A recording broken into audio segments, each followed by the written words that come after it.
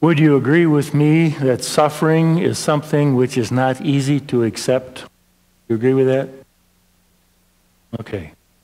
We do what we can to avoid it and try to get out of it.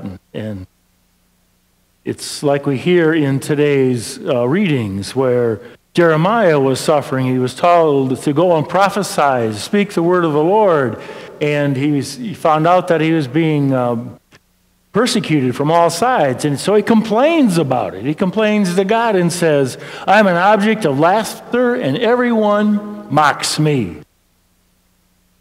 And then in the gospel, Jesus says that he was to suffer and then be killed and then raised on the third day. And Peter jumps up and says,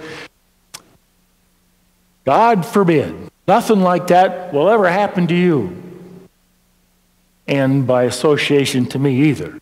So he wanted to stop the suffering from happening. Well, good luck with that. Because we want to avoid it. As an old song said and then was applied to a commercial years ago, it says, I haven't got time for the pain.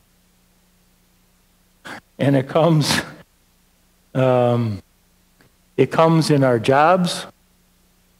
It comes in our families. It just comes. Suffering does, doesn't it? So, for example, it's not in our plan. You know, my plan is for the family to be all good, for everybody to get along. My plan isn't that we bother each other and that we can't get along and that we suffer. We make each other suffer some. Or my plan is when I go and get a job that I want to make a living. I go to work, I do my work, I'm friendly with people, I come home. All right? But sometimes it doesn't work that way. Because sometimes, you know, the people we work with, they're just very hard to get along with. Or maybe we got an unjust manager or boss who just doesn't realize that we have a life or that we're even worth respect. Or you could be a manager whose workers don't work. And they don't get along with each other. So what do you do? And so that's, okay, they're suffering. So, and we'd rather avoid it at all. And why not? But Jesus knows something, obviously, about human nature, human life that we don't know. He knows that there is suffering, and he accepts the suffering as it is. He looks it right square in the eye. And he said, yes, this is what we will experience in life. You don't get out of life without suffering. And if you said, well, I haven't suffered yet, you know what I say? Wait your turn. It'll come. Just in case you haven't experienced it. And in the midst of that, we find out that we suffer for what we most care for, those whom we most love, those things that we most desire in our life. Otherwise, it wouldn't bother us. But where our hearts are, that's where the suffering is. And it's like with Jeremiah. Jeremiah was called to be a prophet, the word of God, the name of God was placed deep within his heart, and he was told to go out there and proclaim it. And once he did, he found out that he was being persecuted for it. And so he says, I will speak your name no more. I won't even mention it. So there. And then it says, it was like a fire in my heart, and I could not contain it. I could not help myself. And God has placed those kinds of desires in our heart for what is good, for what is of love, and it's hard for us to contain it. We need to live it out, just like he did.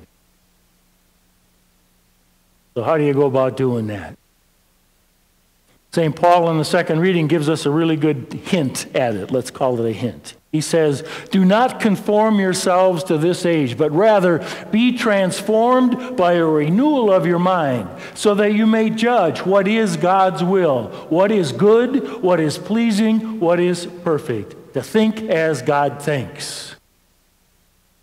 But in the gospel we heard when Peter said, God forbid that shall not happen to you, Jesus says, you don't think as God thinks, you're thinking as a human being.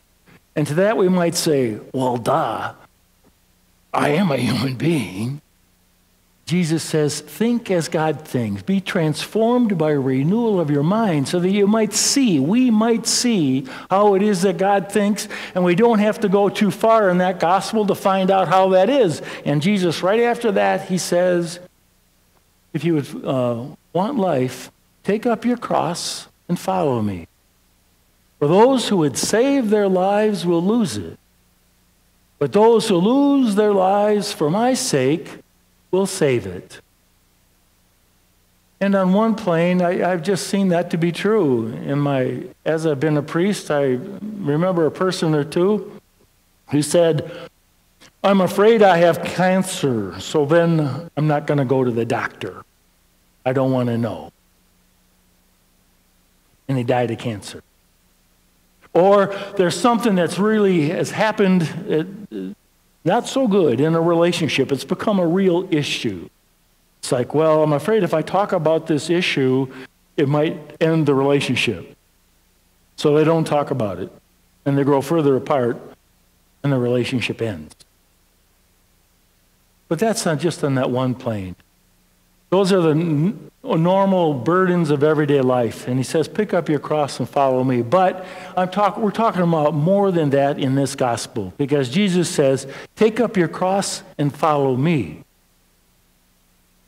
Because when we follow him, we live according to the values of Jesus Christ. The values of our faith. And when we live according to those values of our faith, sometimes we suffer for it.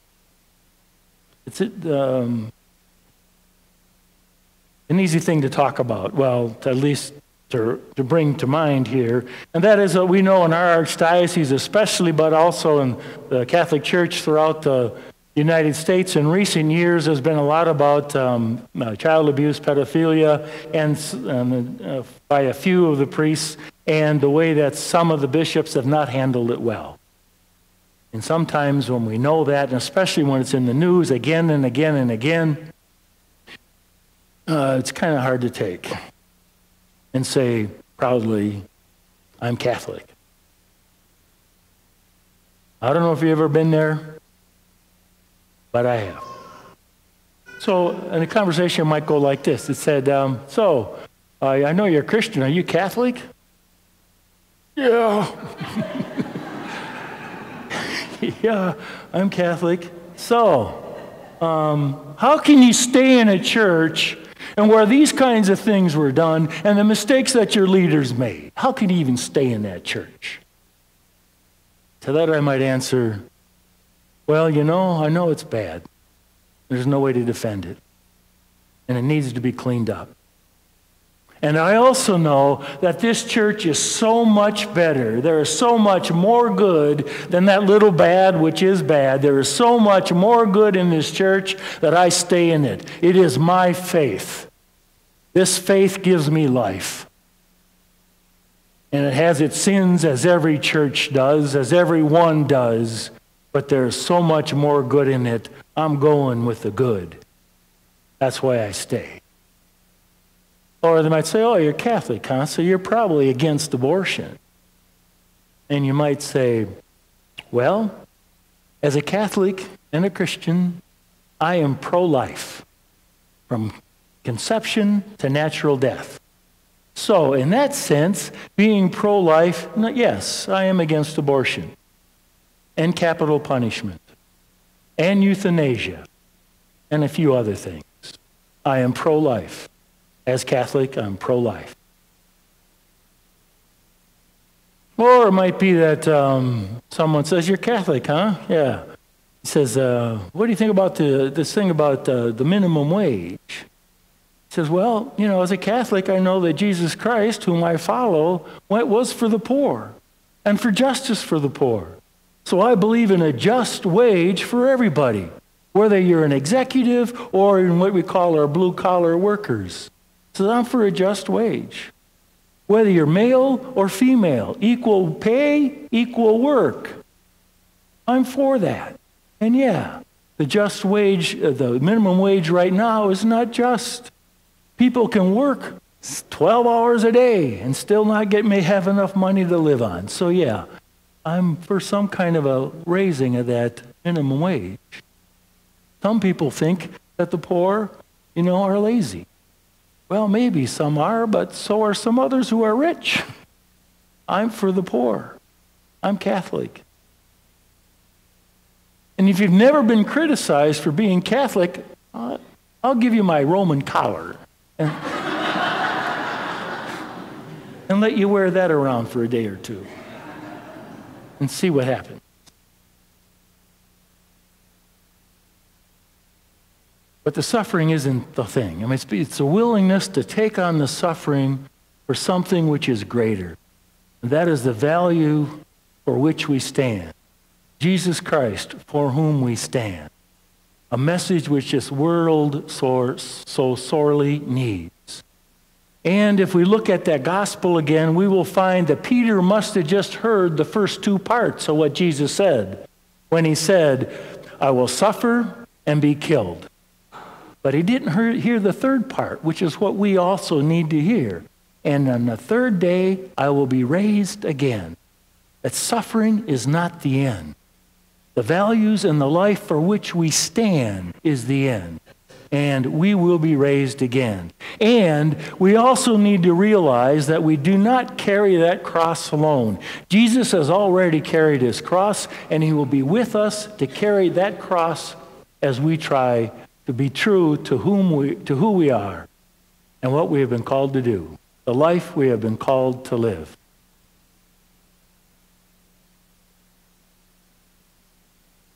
Jesus Christ says, take up your cross and follow me. There will be suffering and some death, but we will be raised on the last day.